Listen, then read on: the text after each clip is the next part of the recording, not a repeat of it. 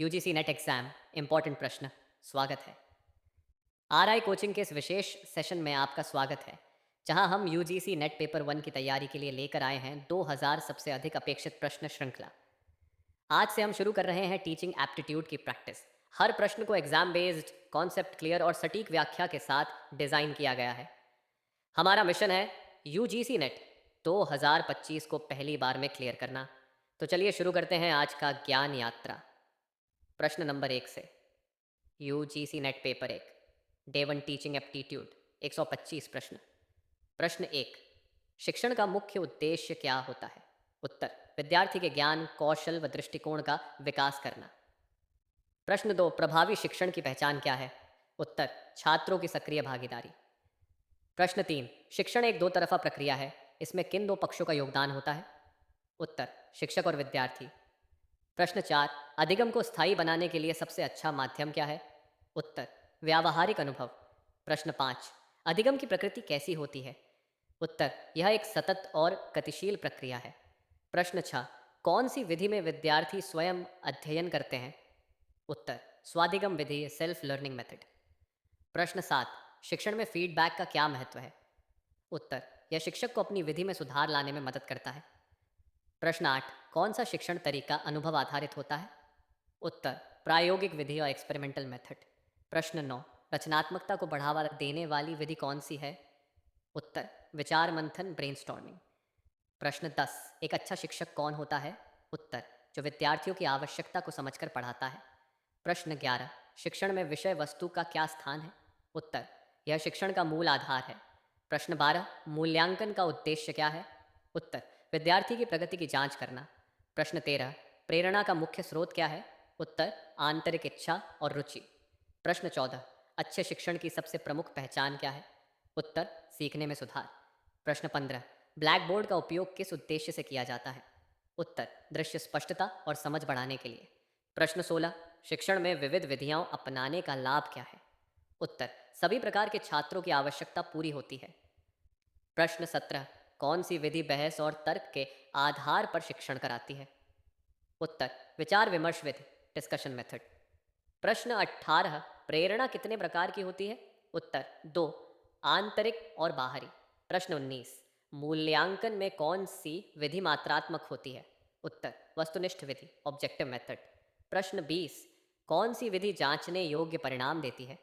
उत्तर, मापन विधि, measurement method. प्रश्न 51, कौन सी विधि समस्या समाधान पर केंद्रित होती है? उत्तर, खोज विधि, इंक्वायरी मेथड। प्रश्न 52, मूल्यांकन का मुख्य उद्देश्य क्या होता है? उत्तर, अधिगम के स्तर की जांच करना। प्रश्न 53, शिक्षण में तकनीक का उपयोग क्यों किया जाता है? उत्तर, शिक्षा को प्रभावी और रुचिकर बनाने के लिए। प्रश्न 54, शिक्षण की नैतिक जिम्मेदारी क्या होती है? उत्तर, निष्पक्ष और समान अवसर देना। प्रश्न 55, शिक्षण सहायक सामग्री का चयन किस आधार पर किया जाना चाहिए? उत्तर, विषय वस्तु और छात्रों की आवश्यकता। प्रश्न 56, समावेशी शिक्षा का उद्देश्य क्या है? उत्तर, सभी छात्रों को समान अवसर देना। प्रश्न 57, आईसीटी आधारित शिक्षण का लाभ क्या है? उत्तर, डिजिटल साधनों से शिक्षण को रुचिकर बनाना। प्रश्न 58, फीडबैक का प्रकार कौन सा हो सकता है? उत्तर, मौखिक, लिखित और संकेतात्मक। प्रश्न 59, अधिगम में रुकावट का एक मुख्य कारण क्या है? उत्तर, प्रेरणा की कमी। प्रश्न 60, कौन सा मूल्यांकन सतत प्रक्रिया को दर्शाता है?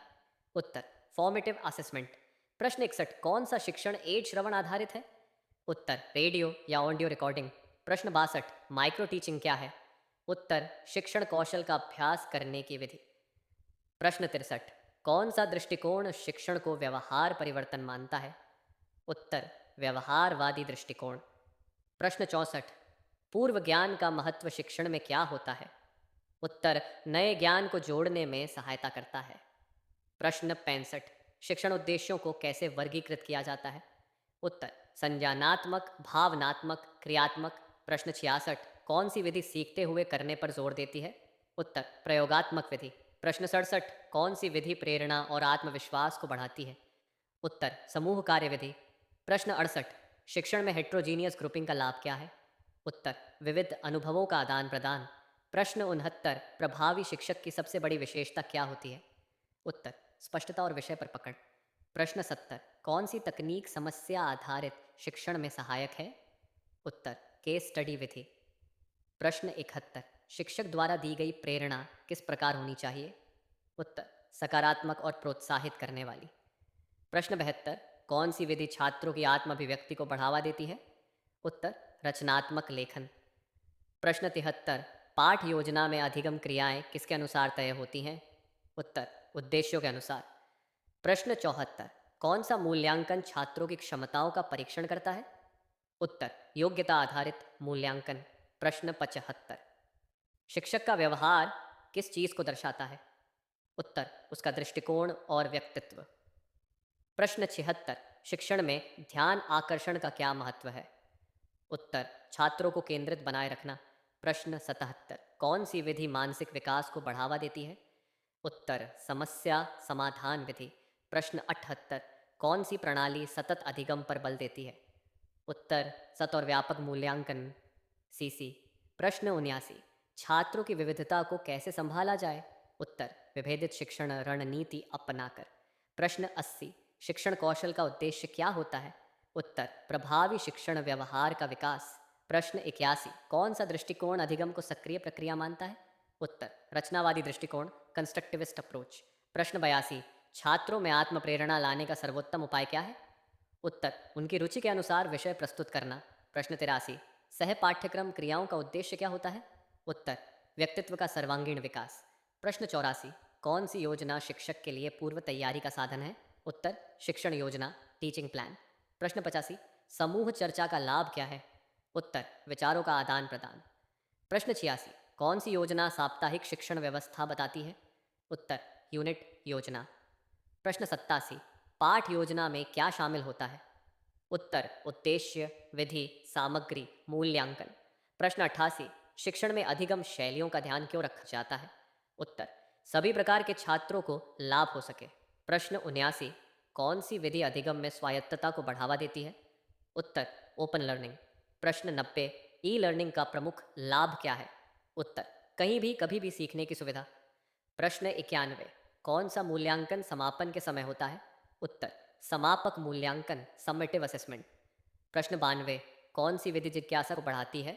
उत्तर, खोज विधि। प्रश्न 93, शिक्षक को कक्षा में सबसे पहले क्या करना चाहिए? उत्तर, छात्रों की पूर्व जानकारी को जानना। प्रश्न 94, ज्ञान का निर्माण किस शिक्षण दृष्टिकोण से जुड़ा है? उत्तर, रचनावादी दृष्टिकोण। प्रश्न 95, कौन सा माध्यम विश्लेषणात्मक सोच को बढ़ावा देता है? उत्तर, केस स्टडी। प्रश्न 96, प्रेरणा सिद्धांत किससे संबंधित है? उत्तर, अधिगम। प्रश्न 97, अधिगम अवरोध किसके कारण होता है? उत्तर, तनाव रुचि की कमी अनुचित वातावरण।